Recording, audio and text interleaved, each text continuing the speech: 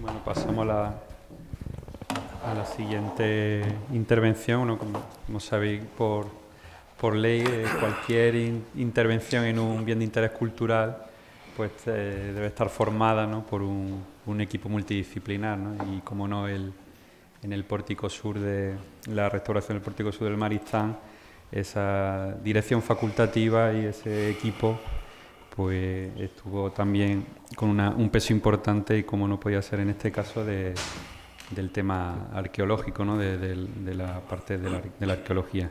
De ello pues nos va a hablar Ángel Rodríguez Aguilera, que es arqueólogo y especializado y licenciado en Historia Medieval por la UGR, por la Universidad de Granada. Sus principales líneas de investigación son la arqueología tardorromana y medieval en la ciudad de Granada, la arquitectura medieval, el urbanismo islámico, y también ha dedicado parte de sus trabajos a investigar en temas de cerámica morisca y moderna. Ha participado y ha sido responsable, como seguramente conocéis todos los aquí presentes, en una de las excavaciones más importantes que se han realizado en la ciudad de Granada, desde la Avenida de la Constitución, el metro, la estación de Alcázar Genil, precisamente el Castillo de Higuera, Torres Bermejas, Maristán o Mondragones, ¿no?, entre otros, ¿no? Publicado varios libros sobre fortalezas medievales y arqueología urbana. También destaca su labor muy importante en esos artículos que escribe periódicamente en el diario Ideal, con una gran labor divulgativa, ¿no?, para conocer la Granada arqueológica actual. También miembro de investigación del Laboratorio de Arqueología y Arquitectura de la Ciudad de Granada y del Centro de Estudios Históricos de Granada y su Reino. Pues damos paso a Ángel Rodríguez. Muchas gracias.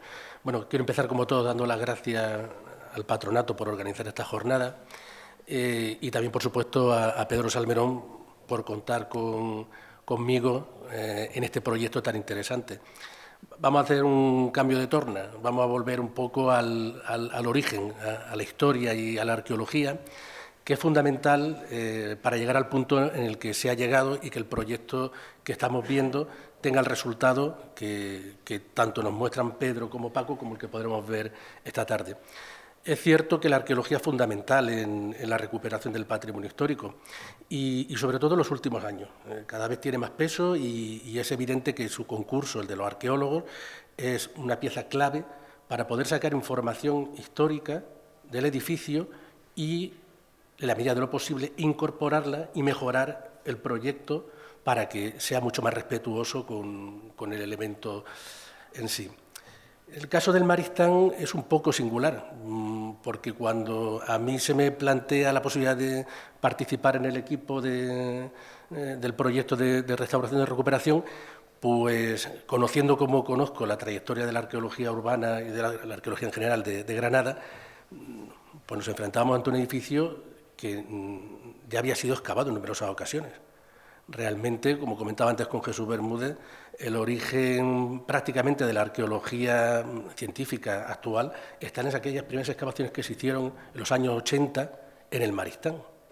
Y, sin embargo, llegamos ahora a los años 2020, 2021, y volvemos a enfrentarnos a ese edificio.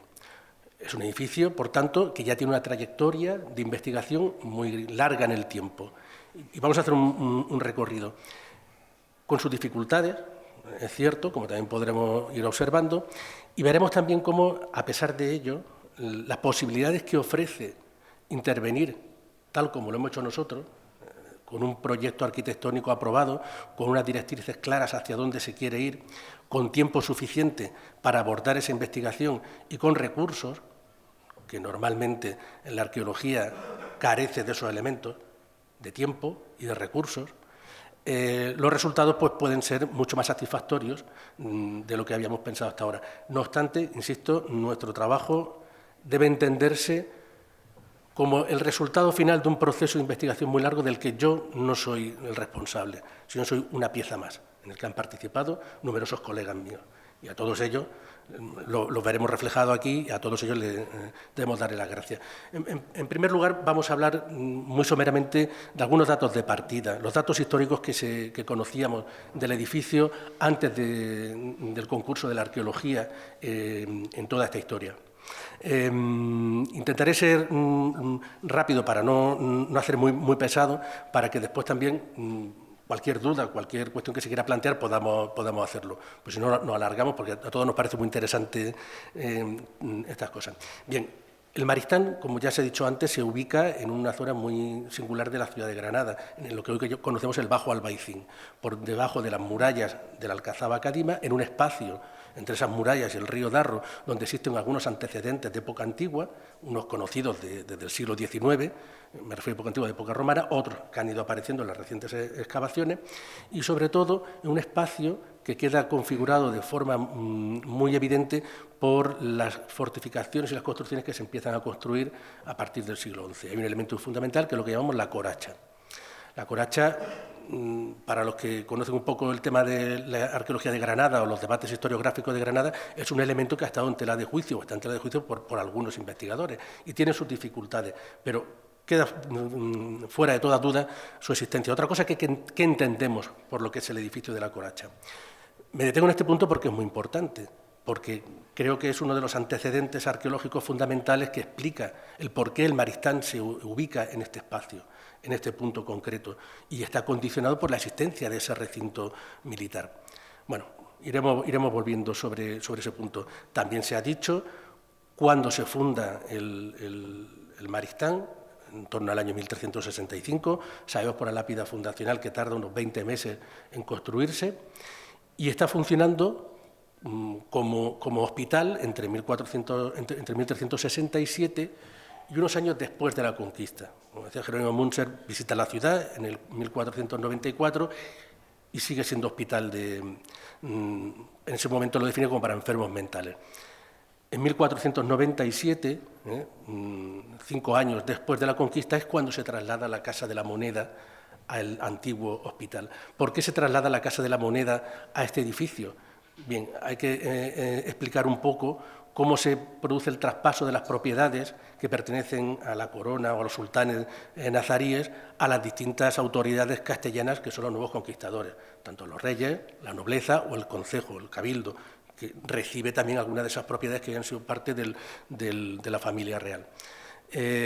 La Casa de la Moneda, que es una voluntad de los reyes católicos de dignificar también a la ciudad de Granada, pasa por distintas vicisitudes. Recientes documentos de archivo nos dan pistas muy interesantes. El primer lugar donde deciden colocar la Casa de la Moneda es en la antigua Alhóndiga de los genoveses.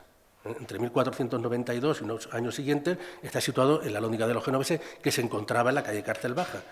Y es en 1497 cuando se pasa al antiguo Maristán. ¿Por qué? Nosotros mantenemos la hipótesis que se produce ese tránsito de un edificio a otro cuando empieza una nueva política hospitalaria de los reyes católicos en la ciudad de Granada, con la fundación del Hospital Real, con la fundación del Hospital de San Lázaro. Entonces, como vemos siempre extramuros, siguiendo la tradición bajo medieval, ese edificio, que era, digamos, de carácter público, queda sin servicio, pero reúne las condiciones necesarias para albergar la Casa de la Moneda. Y, por tanto, esa institución se traslada hasta el Maristán. Con este uso sabemos que funciona hasta 1685, que es la fecha de la última acuñación de moneda.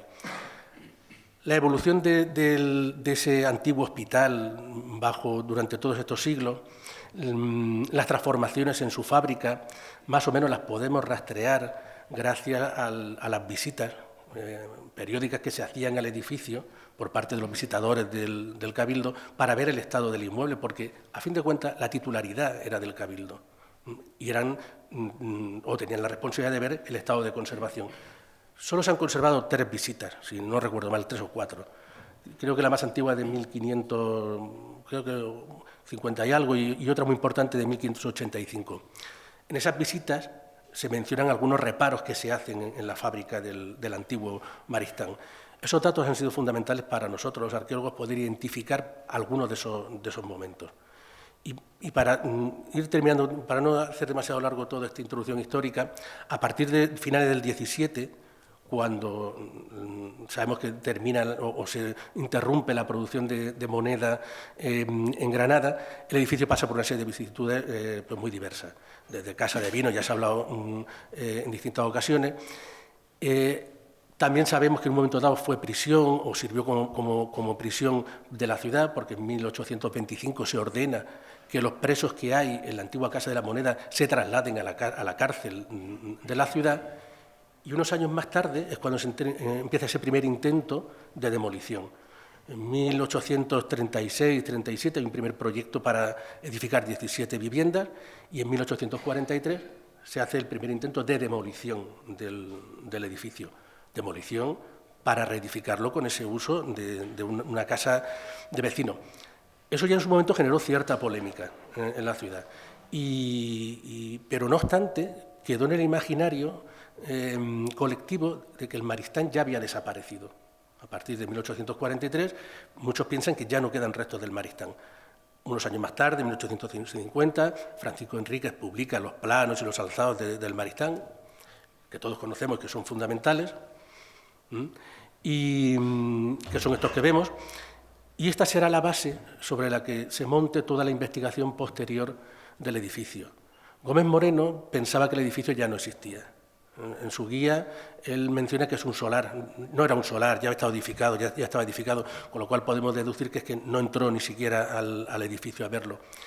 Y otro personaje importante de la investigación, que es Torres Balbás, cuando él aporta o investiga y estudia la institución del Maristán, se centra de forma muy especial en el de Granada, también considera que ya no existen restos del Maristán y se basa esencialmente en estos planos que nosotros estamos viendo, tanto las secciones como la planta baja, como lo que se conocía de la portada, que aquí lo vemos, y en algunos detalles que se habían levantado pues, sobre de las maderas y elementos decorativos.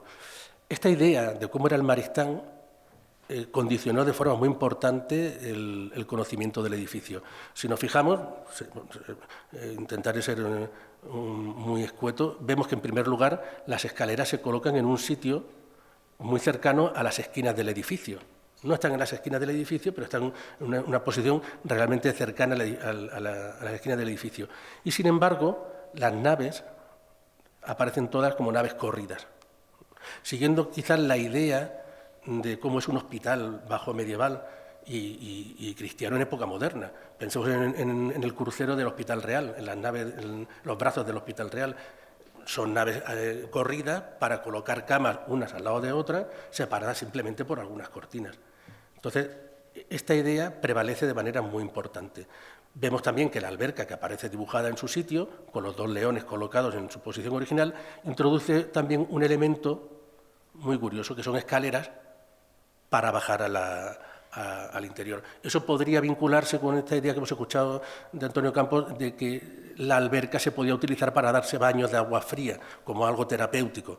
Bien, pues como digo, estos elementos condicionan de manera muy importante el conocimiento del edificio.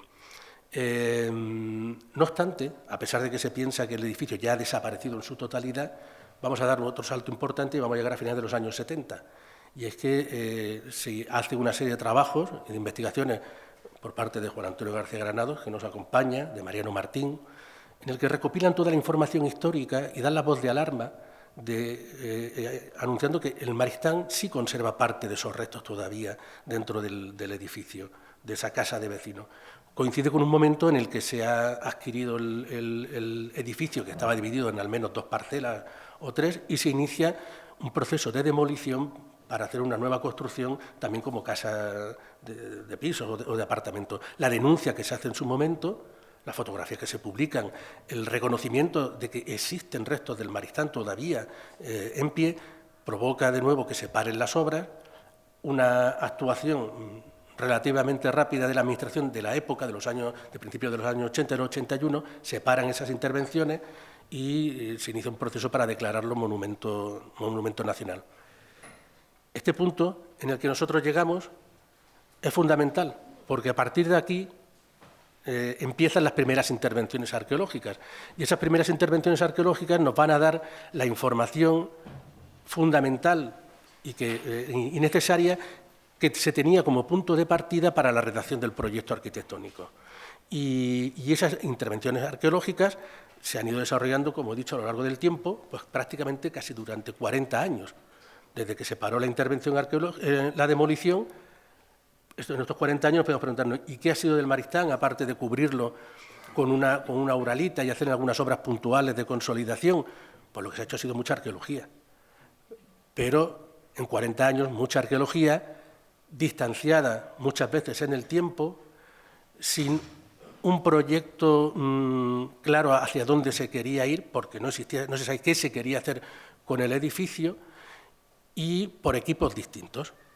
Han ido pasando distintas personas, eso que ha generado, pues a veces intervenciones poco conectadas entre sí. Vamos a hacer un rápido recorrido sobre esas intervenciones. Las primeras las agrupo en esas que se hicieron entre los años 84 y 87. Considero que son las más importantes porque a partir de esas intervenciones se establecieron los principios fundamentales de interpretación del edificio. Se empieza a investigar la alberca, se empieza a excavar en la crujía este, las últimas campañas también investigan en la crujía oeste, y aparecen elementos muy relevantes. Por ejemplo, se constata arqueológicamente la existencia de ese elemento que hemos llamado la coracha. La coracha, para que más o menos lo entendamos, para algunos arqueólogos dirían, la coracha es solamente un muro que baja hasta un curso de agua para asegurar un punto de captación de forma segura y transportarlo hacia el interior de un recinto. Pero la coracha también puede ser un recinto fortificado por dos muros que tiene una vinculación clara con el abastecimiento del agua, pero no solamente, tiene un carácter militar y se vincula, o permite vincular el cauce, en este caso del río Darro, con las murallas de la ciudad. Por un lado, daría el salto en el puente de los tableros y subiría hasta la Alcazaba, hasta las edificaciones antiguas, primitivas del siglo XI que había en la Alcazaba. Por tanto, la coracha empieza a configurarse a partir de estos años como un recinto con dos muros paralelos, que son la propia huella del Maristán. Los límites del Maristán montan sobre ese edificio, al menos del siglo XI. Y ese edificio, como digo, subiría, tanto por la calle Bañuelo como por la calle Portillo de la Concepción, si quitamos ahora mismo el monasterio, hasta enlazar con esa muralla urbana. De hecho, en algunas otras intervenciones arqueológicas que se han hecho, recuerdo una que creo que financió la agencia de vivienda cuando se llamaba EPSA, allí aparece también el elemento de ese muro que conectaba con la muralla urbana. Bien, se establecen esos elementos fundamentales sobre los antecedentes. Se analiza la estructura del pórtico sur, que es lo que había quedado emergente, y se empieza a ver que existen una serie de habitaciones corridas en las que se intuye la presencia de muros intermedios y un posible pasillo que permitía pasar de una sala a otra sin salir al pórtico. También se hacen unas primeras valoraciones sobre la fábrica, sobre el origen, sobre si es un edificio construido de una sola vez. Se plantea la hipótesis de que a lo mejor el Maristán pudo ser una rehabilitación de un edificio anterior, que por la planta, por sus similitudes con el Corral del Carbón, podría haber sido una alhóndiga. Y como digo, entre esos años se fundamentan todo lo que conocíamos prácticamente del Maristán. Claro, quiero decirlo, lo que plantean mis compañeros son hipótesis de trabajo que ellos querían verificar, así lo expresan en sus artículos publicados. El problema es que entre estas intervenciones y la siguiente, como ven, del año 96, ha mediado una década. Y es otro equipo diferente el que aborda esa actuación arqueológica. Por tanto, esas hipótesis que se trazaron a finales de los 80 no pudieron verificarse en su momento. Cuando se retoman las excavaciones, a partir de este momento, esas hipótesis se asumen como datos prácticamente probados. En el 96 se hace una intervención también muy importante. Por primera vez se identifican los límites totales de la alberca y se investiga en la esquina suroeste, donde aparece un elemento que un poco extraño, que es que parece que existe una conexión con la calle Bañuelo, pero no queda muy claro si esa conexión es previa, si forma parte de ese posible edificio pre-Maristán, es una ventana o es una puerta que permitiría la conexión con el Bañuelo. También se hace un primer análisis, un primer intento de análisis de estratigrafía muraria, por lo menos de identificación de las fábricas. damos otro salto en el tiempo. Llegamos a finales de la década de los 90, se siguen ejecutando intervenciones arqueológicas, casi siempre como ampliación de los años 80, siempre ampliando una parte para conocer un poco mejor el patio. Empiezan a aparecer siempre estructuras de las épocas, de las fases de ocupación más recientes, que permiten ir configurando la evolución de ese edificio. Hay un elemento singular que ya aparecía en la intervención anterior del 96, que es esto que estoy señalando, que es una especie de bóveda de ladrillo que discurre de forma paralela a la alberca y que no se sabe muy bien qué es lo que es. Entonces no se sabía, ha aparecido en otras intervenciones, no se sabe muy bien qué es lo que es, si forma parte de algo anterior o es una infraestructura del Maristán. Ya adelanto, que nosotros que lo hemos dejado tampoco sabemos lo que es. Ahora intentaremos explicar por qué esa dificultad. En el año 2002 se vuelve a hacer otra actuación en lugares puntuales en las distintas crujías para ir despejando algunas dudas. Aparece un elemento que se considera muy importante, que es este registro de aquí para vaciar y limpiar la alberca, que se interpreta como de época nazarí. En el año 2006 la intervención se centra esencialmente en la crujía norte, donde se encontraría la fachada original del edificio, de la cual apenas no queda ningún resto emergente. Debe ser de las partes que se demolieron en 1843 y luego ha vuelto a ser reconstruida en distintos momentos.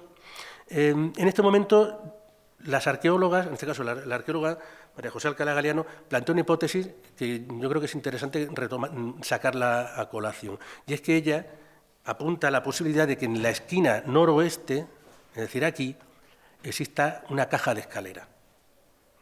Entonces, eso digo que es un dato importante porque antes quizás lo he omitido. En las intervenciones del año 87 se apunta a la posibilidad de que las escaleras de acceso a la primera planta del Maristán se encontraban en el centro de los lados mayores, siguiendo el esquema del Corral del Carbón, en vez de las esquinas, en el centro de los lados mayores. Bien. La última intervención, antes de que se abordara este proyecto, se hizo en el año 2017, una intervención muy pequeña para dar información a la redacción del proyecto, y se centra en el conocimiento de uno de los pilares para saber la cimentación que tenía uno de ellos, pero también aparecen algunos datos que luego veremos cómo han sido realmente importantes. Aparece una tarjea, una conducción de agua de época islámica, que discurre por el centro del pórtico. Y también aparecen en un sondeo que se hace en una de las estancias, pues un acceso a una de las puertas para intentar determinar si un arco de ladrillo, una rosca de ladrillo que había allí, formaba parte de una construcción previa o era posterior. La intervención aporta los datos que puede, en tanto en cuanto que es muy puntual. Se ha quedado circunscrita a esos dos sondeos. Y con esa información es con la que nosotros trabajamos como punto de partida. En esta imagen que elabora el estudio de Pedro Salmerón, hace un ejercicio tremendamente útil, que es recopilar todas las intervenciones arqueológicas e identificarlas por fases. Pues fíjense que nosotros íbamos a excavar algo que ya estaba excavado. O sea, realmente nosotros, nuestra actuación arqueológica propiamente dicha, iba a ser una reexcavación y una ampliación de los límites a los que no pudieron llegar nuestros compañeros.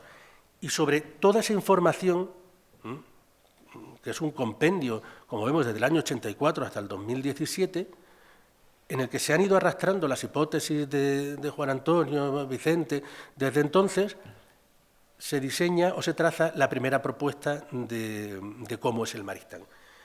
Y lo vamos a contar en 4 líneas para pasar a ver cada detalle.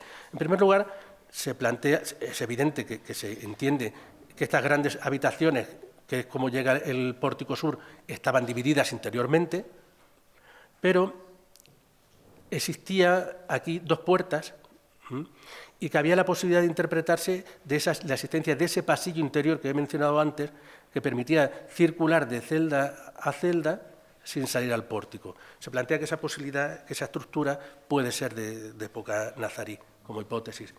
Hay en el centro un espacio muy estrecho que funcionalmente no responde o no puede funcionar como una celda para un enfermo. Y se plantea que puede ser o un espacio auxiliar, puede ser quizá un oratorio, no se sabe realmente qué es lo que es. Por otra parte, como vemos, se plantea la posibilidad de un acceso, pero no está confirmado, no se sabe realmente qué es lo que se encuentra en esa parte, y las escaleras de acceso se siguen manteniendo en el centro de los lados mayores.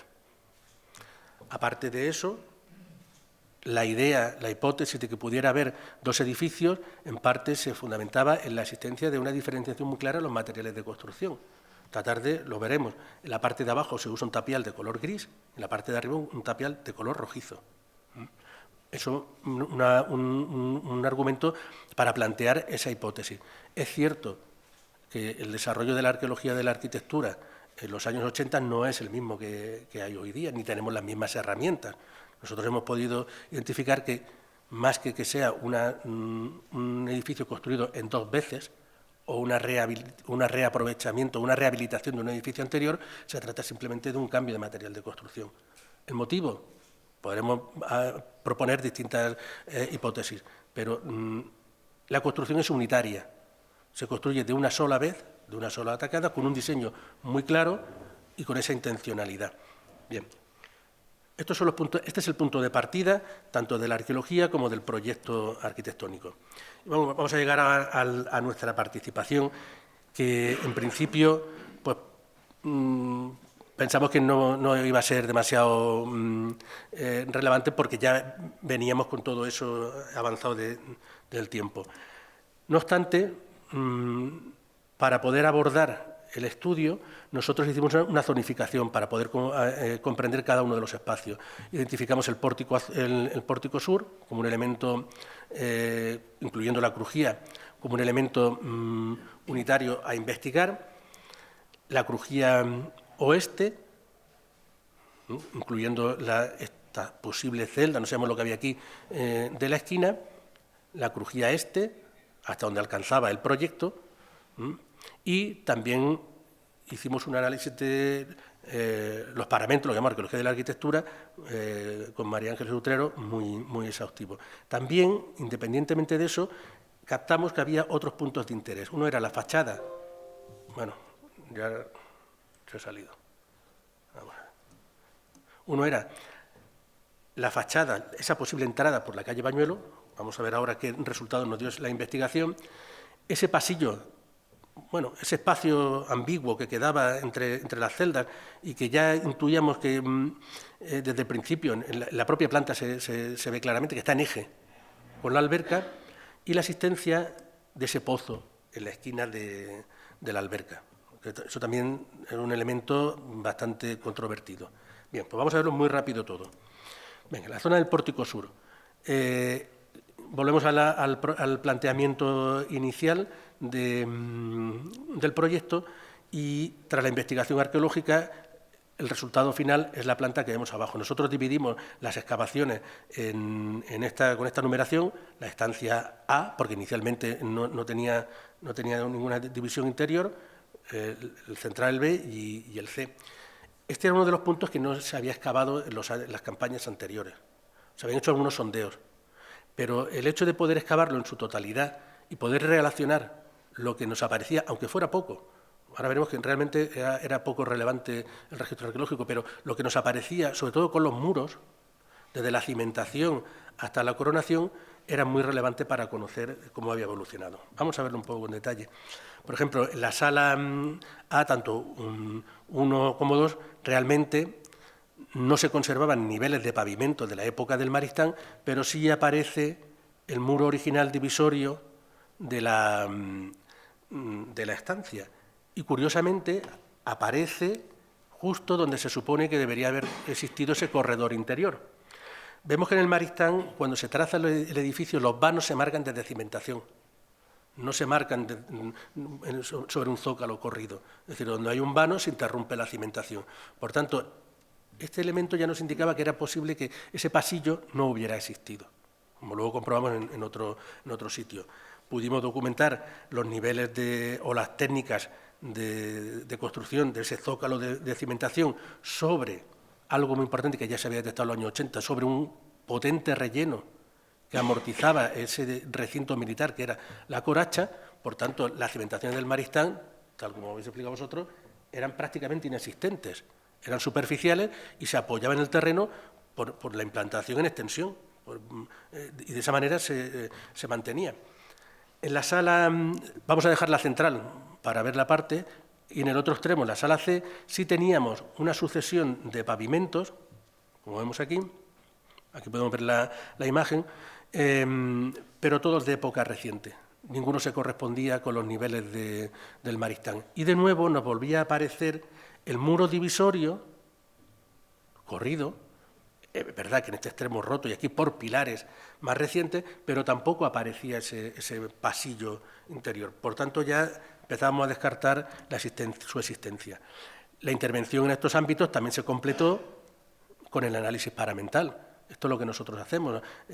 Investigamos, con la suerte que tenemos aquí, de que bajamos hasta la cimentación. O sea, podemos hacer una lectura completa de cimentación hasta la coronación. Y en este caso no solo se identificaban esos muros divisorios que ya habíamos excavado, sino también los vanos originales de las puertas. Y este arco, que había sido objeto de debate desde el principio, porque no se sabía muy bien si podía ser de algo anterior o una reforma posterior, constatamos que es una reconstrucción más tardía, que realmente los vanos son estos rectangulares que vemos, y además con la singularidad que todos son diferentes. Todos tienen una anchura distinta. El diseño arquitectónico es muy homogéneo, pero en la ejecución los vanos han oscilado un poco. Bien. Incluíamos en esta zona el pórtico. Claro, el pórtico era otro ámbito que no se había excavado anteriormente, solo puntualmente. Y ahí, en todo ese proceso de excavación, como se ve en estas imágenes, pudimos documentar todo el proceso de invasión del antiguo pórtico para incorporarlo como parte de la vivienda durante el siglo XVIII, XIX y XX. Nuestro trabajo era excavarlo e ir desmontando para llegar hasta los niveles originales o de la Casa de la Moneda. Y esa primera tarjea que apareció en el 2017, que aquí lo vemos en esa cata, cuando nosotros hacemos la intervención, nos aparece en toda su longitud, con detalles tan curiosos como en el fondo una lechada de cal para impermeabilizar y permitir que el agua no se filtrara, y es quizás de los datos más interesantes, porque al excavar el pórtico documentamos un complejo sistema de saneamiento del hospital. Claro, en el hospital hay muchos enfermos y la cuestión sanitaria es importante y, por tanto, la evacuación de aguas residuales también lo es. Comprobamos que tiene un sistema de evacuación de aguas compartimentado. Es decir, desde la mitad de la crujía sur hacia el oeste tiene un sistema que evacuaría por la calle Bañuelo, y desde ese eje central que ahora veremos hacia el este existe otro completamente distinto. Aquí podemos ver cómo tenemos la bajante por el centro de la puerta, cómo arranca aquí esa tarjea y vierte hacia este lado. Aquí lo vemos otra vez. Y en este caso, esta de aquí, a su vez, vierte en un colector más grande, que pasa por la esquina sureste y va hacia abajo, hacia el sur. Este dato también será muy relevante para lo siguiente que vamos a contar. La crujía oeste era un espacio que se había investigado en el año 1996. No se pudo llegar hasta los límites de los muros por motivos de seguridad. Ahí apareció una serie de estructuras que en principio se pensó que podían ser de unas escaleras. Si eran unas escaleras, comunicarían con ese vano que daba a la calle Bañuelo, pero no se pudo confirmar.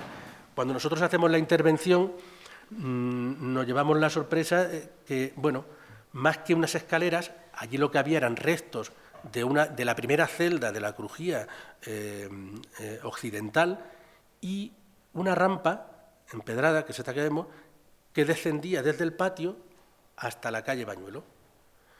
En el extremo nos aparecieron estas estructuras, que nosotros de momento hemos interpretado como unas letrinas. ¿Por qué? Porque por aquí debajo, por este espacio, todo esta conclusión la llegamos cuando vamos concluyendo con la intervención. Por debajo de este espacio pasa uno de esos colectores que he mencionado, que recoge las aguas residuales y las saca por aquí, por la calle Bañuelo. Por tanto, podría tener esa función. Lo que pasa es que lo que nosotros vemos es del siglo XVII-XVIII. Aquí es donde se produce a veces lo inevitable, que es el conflicto entre la arqueología y el proyecto de obra. Claro, porque las escaleras del proyecto inicialmente iban colocadas aquí, y los restos que nosotros estábamos viendo aquí eran de época moderna, y parecía que quedaban los restos de una puerta, pero nosotros lo que estamos viendo por aquí, lo veremos esta tarde, está 1,20 m por encima del nivel actual de la calle. Es decir, debajo quedan restos de época islámica. ¿Qué hacemos? Evidentemente, lo documentamos, se deja o no se compromete su investigación a futuro, a una segunda fase, y se queda así como uno de los puntos claves para ese momento. Bien, aquí podemos ver una imagen general de la crujía oeste y el resultado, uno de los resultados casi final de la excavación, en el que sí se puede identificar con claridad las distintas celdas, la relación con ese pasillo y cómo durante la época de la Casa de la Moneda y en épocas posteriores se ha pavimentado de empedrado. Aquí se ha demolido uno de los muros y se ha sustituido el muro por una columna, por este elemento, que permitía crear una nave más amplia, abierta hacia el patio, y que estaría en relación con las actividades productivas de moneda de la Casa de la Ceca, alguna de ellas. Bien, la crujía este. En este punto, la crujía este es uno de los donde se había centrado la investigación desde los años 80. Aquí es donde aparece, o se documenta por primera vez, restos de la coracha, y bueno, nuestra actuación fue prácticamente de limpieza. Insisto, nosotros llevamos mucho más tiempo y tenemos la posibilidad de ver o tener una visión global, incorporar todas las intervenciones previas, desmontar aquellos elementos del siglo XIX para tener una comprensión mejor del yacimiento. En ese proceso, a nosotros lo que nos aparecen son restos, como vemos aquí, del antiguo Maristán, con estos muros. Aquí tenemos la jamba con su mocheta, es otro elemento importante. La arqueología demuestra que las puertas tenían 2 hojas y se abrían hacia el interior, quedando cada una de ellas alojadas en el lateral de la mocheta.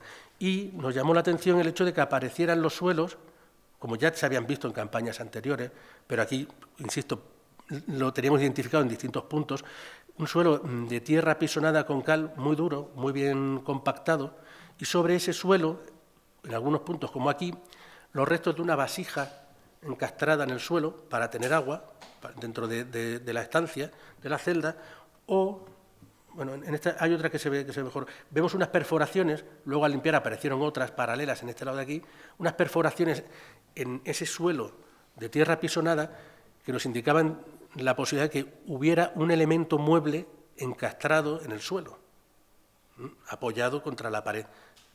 Lo que pudiera ser, pues podemos ahí plantear varias posibilidades. Junto a este elemento también veíamos cómo aquí, esto que vemos aquí, eran también restos del Maristán.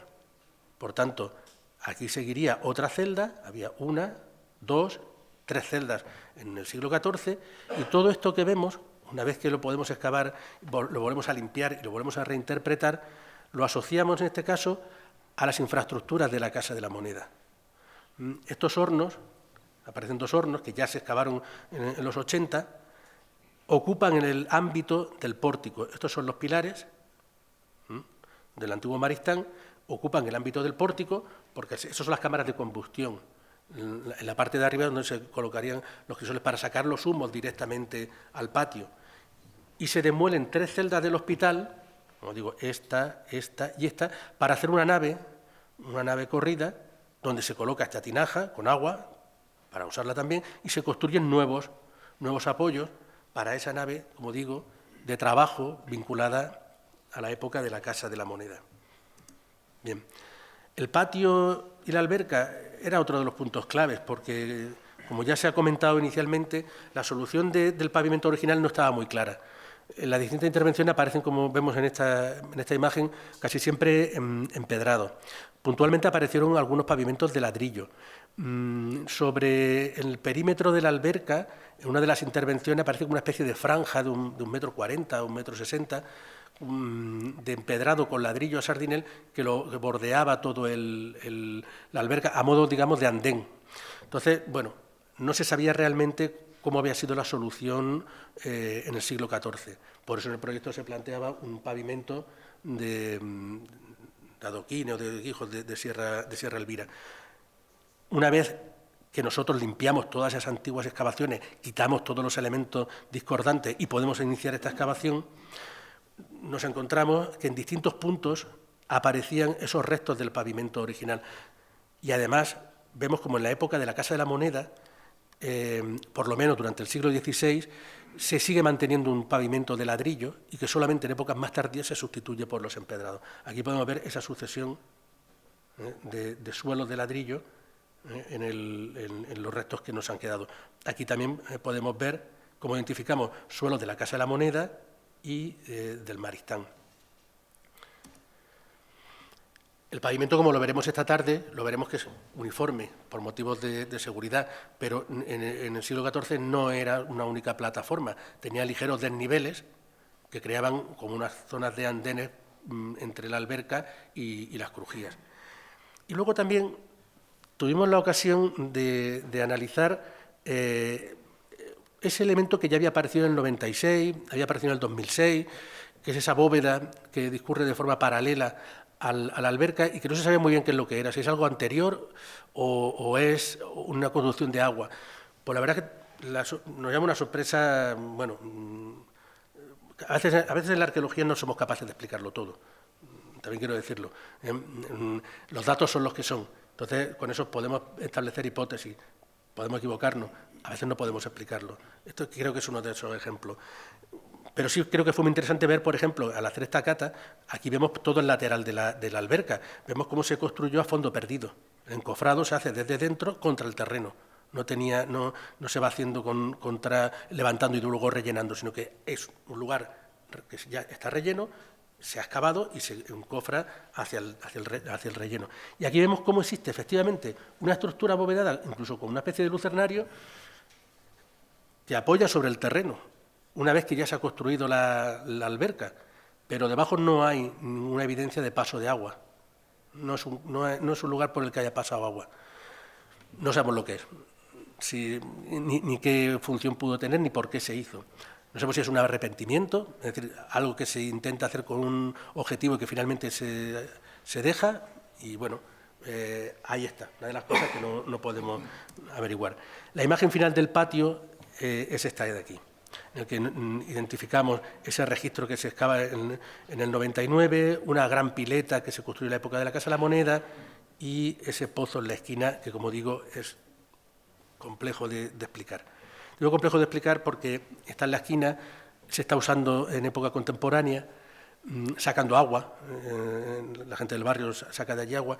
Cuando empezamos a limpiarlo, es más, desde el pozo se hizo una mina que pasa por debajo de la alberca, hablo de época contemporánea, que provocó desprendimientos, derrumbes en las excavaciones de los 80, pero cuando empezamos a excavarlo bajamos hasta 8 metros, si no recuerdo mal, 8 o 9 metros.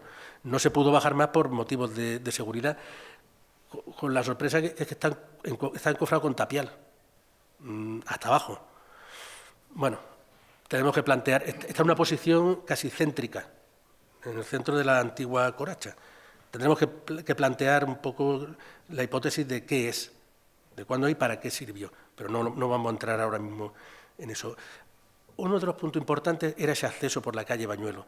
En los años 80 y en los años posteriores, esto es lo que se veía. Se veía unos ladrillos a sardinel, se veía un parche aquí a modo de ventana, se intuía la existencia de una jamba, pero era difícil saber si era una ventana, si era una puerta y a qué pertenecía. Aquí lo vemos. Cuando nosotros empezamos la intervención, tenemos la suerte de actuar por ambos lados, es decir, por la esquina suroeste, intramuros y extramuros, por la calle Bañuelo.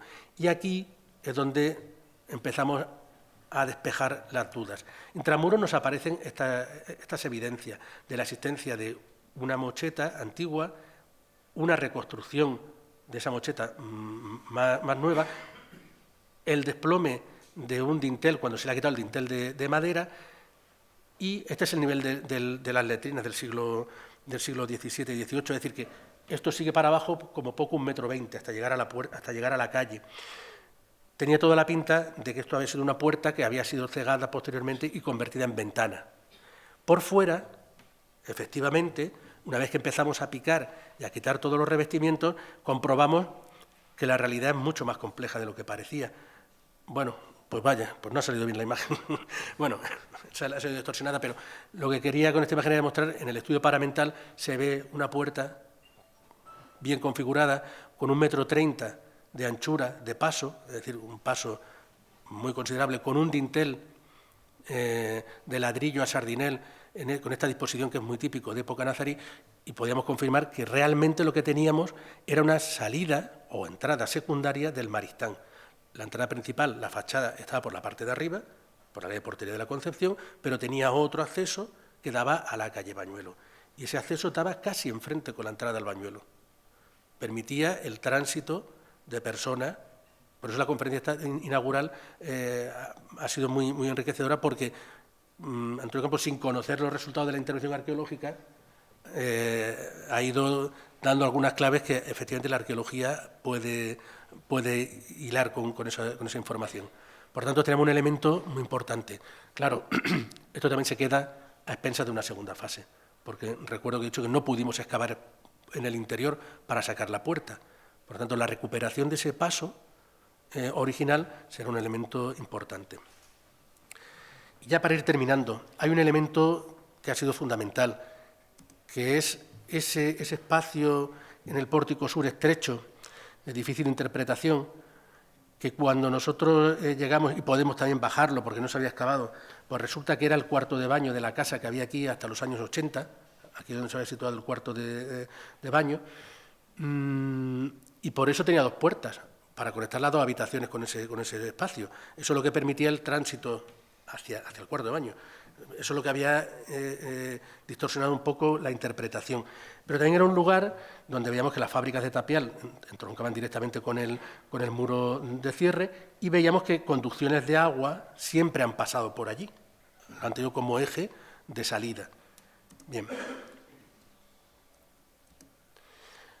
Cuando se quita ese muro de ladrillo hueco que hemos visto al fondo, nos encontramos que aparece, detrás hay un pequeño patio, un patio de vecino, un patio de luces, que resulta que es una fosilización de un espacio que hubo al sur del Maristán. Y en ese paramento que podemos ver aquí se conserva la fachada sur de ese Maristán en perfecto estado, con muy pocas alteraciones. Documentarlo no es fácil porque el espacio es muy reducido, pero en ese lugar pues se veía la existencia de un dintel original, la existencia de una modificación de ese dintel, cambiando las alturas de los dinteles en un momento histórico, y la presencia de las huellas de un forjado de época nazarí. El esquema, el croquis de los paramentos sería este, es decir, teníamos una puerta, ese pequeño receptáculo que había ahí en el centro, que estaba en eje con la alberca, es una puerta, es una conexión que daba a un espacio que había al sur del Maristán. El Maristán era más grande que lo que nosotros entendemos hoy que es el Maristán. El Maristán llegaba hasta el río, llegaba hasta la muralla urbana. Y ese espacio que había al sur de este muro, probablemente, y aquí es donde podremos discrepar, formó parte de un espacio auxiliar, que podía haber sido un patio, un jardín, un huerto, como hemos comentado, para plantas medicinales. No se ha podido investigar en ese pequeño patinillo de los vecinos, pero sí se confirma que existía ese espacio delantero del Maristán como un lugar para estas posibilidades que yo planteo. Bien, para terminar, toda la intervención arqueológica se ha apoyado con el análisis de los paramentos, y eso es lo que nos ha permitido obtener datos realmente novedosos y descartar algunas hipótesis simplemente porque no habían tenido la posibilidad de poder llegar a este punto. Como vemos aquí, se definen bien los vanos originales.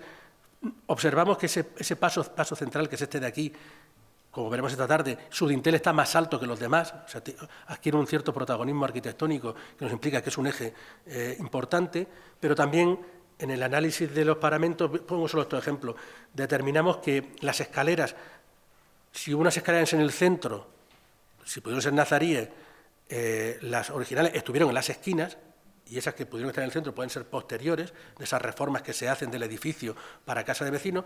Se identifica con claridad, al menos en 2 puntos, la existencia de las escaleras. Por eso he resaltado que en la intervención del 2006, mi compañera anunciaba que parece que había una caja de escaleras en la esquina noroeste. Por tanto, era un dato importante. Y sobre esta imagen, que es sin picar los paramentos, y esta, podemos determinar cómo era la estructura en planta alta del edificio. Y aquí hay un dato también relevante para ir terminando. En la planta alta, donde se encontraban unos escudos de la época de Carlos V y de Felipe II, se interpretó como Sala del Tesoro. O sea, por la documentación escrita sabemos que hay un lugar que se llamaba la Sala del Tesoro en la Casa de la Moneda. Es una sala de mayores dimensiones que las demás. Ocupa, creo que son tres estancias de las pequeñas. Cabía la posibilidad que fuera el resultado de la demolición de las celdas originales, como habíamos visto para hacer la sala de los hornos de la Casa de la Moneda. Pero el análisis paramental nos demostró que no es así, sino que esa gran sala ya existía en época nazarí. Por tanto, esa sala probablemente no estuvo destinada para albergar pacientes, sino para otros usos, para los médicos, para otro tipo de actividades, pero no para la estancia de los pacientes. La arqueología de la arquitectura también nos permite conocer elementos propios de todo el proceso constructivo, detalles de cómo se colocan las maderas, cómo se hacen los tapiales, las zapatas, muy interesante porque, como ha explicado Pedro, la comisión nos dice que no se reproduzca una cubierta al estilo hispano-musulmán. Y ahora tiene mucho sentido, porque del análisis paramental se deduce que la planta alta era más baja de lo que nosotros vamos a ver hoy. En torno a 1570, 75, en una fecha en torno a ese momento, se demuele la cubierta del Maristán y en la Casa de la Moneda se recrece, se le da en altura a la parte alta. Se desmontan los pilares con las zapatas nazaríes, se remontan, o sea, se recrecen esos pilares, pero tuvieron, no sé cómo llamarlo, la delicadeza o el gusto de recolocar las zapatas nazaríes sobre ese recrecido del 16. Y eso también ha despistado siempre mucho sobre si esos pilares, esa altura, podían ser originales o no. Bien, termino. Yo me hacía esta pregunta, ¿no? ¿Qué arqueología necesita el Maristán? Ahora, bien. Esta es la imagen final, esta es la imagen un poco sintética del resultado de la investigación. Tenemos un edificio con un diseño muy claro, una parcela hacia el sur bien definida y los sistemas de evacuación reconocidos del edificio, con 2 accesos muy bien identificados. ¿Qué necesita para la segunda fase desde el punto de vista arqueológico? Pues necesita, en primer lugar, acometer aquellos aspectos de investigación que no se han podido desarrollar, esencialmente en el acceso por la calle Bañuelo, sobre todo investigar el pozo. ¿Qué es ese pozo? Ese pozo es pre-Maristán y se vincula con el puente de los tableros y el acceso del agua, ¿o es otra cosa? Un tema importante. Sería conveniente poder investigar en este patio para saber qué es lo que había allí, si era un patio con edificios anexos o era un jardín o huerto, y, sobre todo, determinar, para mí yo creo que una cosa relevante, cómo se configura la crujía de fachada. ¿Dónde está el hueco original con precisión de esa portada monumental? Si tenía zaguán, si no lo tenía, y cómo eran las habitaciones que se vinculaban a ese espacio. Por tanto, termino. Yo lo que he hecho en estos 2 años de obra ha sido aunar los esfuerzos de 40 años de arqueología. Y si no hubiera sido por todos mis compañeros y colegas que precedieron en la investigación, pues no hubiéramos podido llegar a este punto. Ahora el futuro, pues espero que tengamos más suerte y que no tengamos que ir excavando cada X años, poquito a poco. Muchas gracias por su atención.